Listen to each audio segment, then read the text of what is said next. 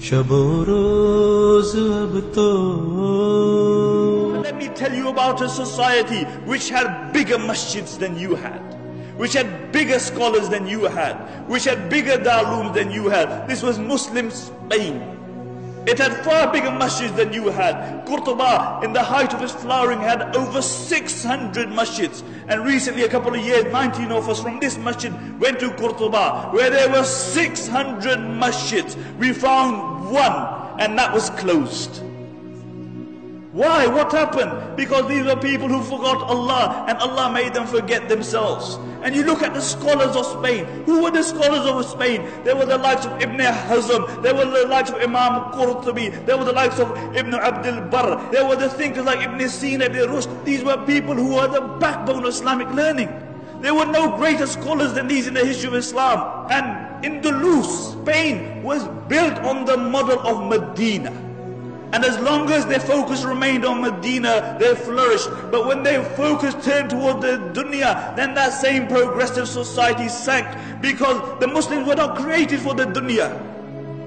The Muslims were not created for the dunya. The Muslims were created for the hereafter. We are Abdullah. We are the slaves of Allah subhanahu wa ta'ala. And the highest status that we can reach is that we will remain the slaves of Allah subhanahu wa ta'ala. This very society, Spain, when their own people, their focus became the dunya, then every single person was concerned about himself. He was concerned about his own kursi. And the narrations mention that the rulers of Spain, what they would do, that the Muslims would actually make treaties with the Christians, and they would fight against their own Muslims. They would fight against their own Muslims. And really these were the Abu Righals of that time. And throughout history you will find Abu Righal. Do you know who Abu Righal was? Do you know who Abu Righal was? Abu Righal was a man who lived in Taif. And when Abraha, the Yemeni Christian governor, came to destroy the Kaaba, Abu Righal told him, look, I'll show you where the Kaaba is as long as you give me a few pounds.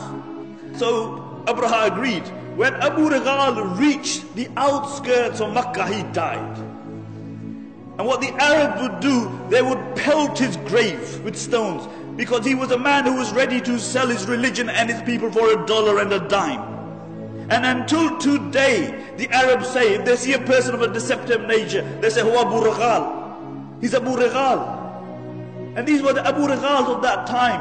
And one place after the other fell in Muslim Spain. One place after the other. Until there was only one place left, and that was Granada. And Granada fell 50 years after the rest of Spain.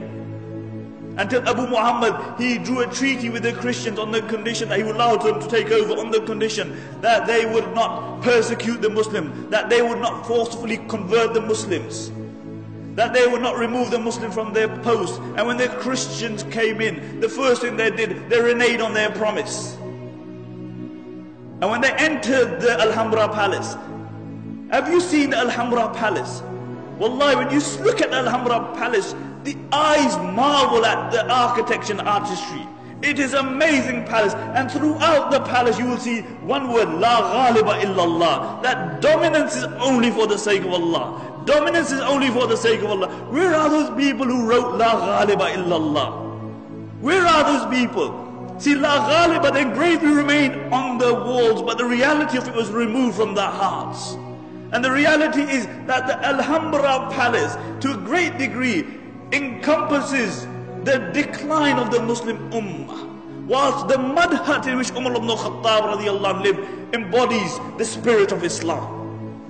And really, when these Christians, they walked into the Alhambra, they found the highest place that they could find, and they erected a crucifix there.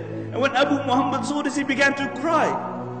He began to cry, and his mother rebuked him. She said, "Why are you crying like a woman when you couldn't defend it like a man? Why are you crying like a woman when you couldn't defend it like a man?" And this is our state today, really. We whinge about everything. We blame everybody else besides ourselves. We blame the Christians, we blame the Jews, we blame everybody else. But it's one person we don't blame, it's us. We even blame time. The zamana yesa. As the Arabic poet says, it's a na'ibu zamanana wal aibu fina wa ma li zamanina aibun siwana. He said, we find fault in time, but the reality is that the fault lies within us. And if there was any one fault in time, If there was any one fault in time, it is that it has to carry the likes of me and you. That's the only fault with time.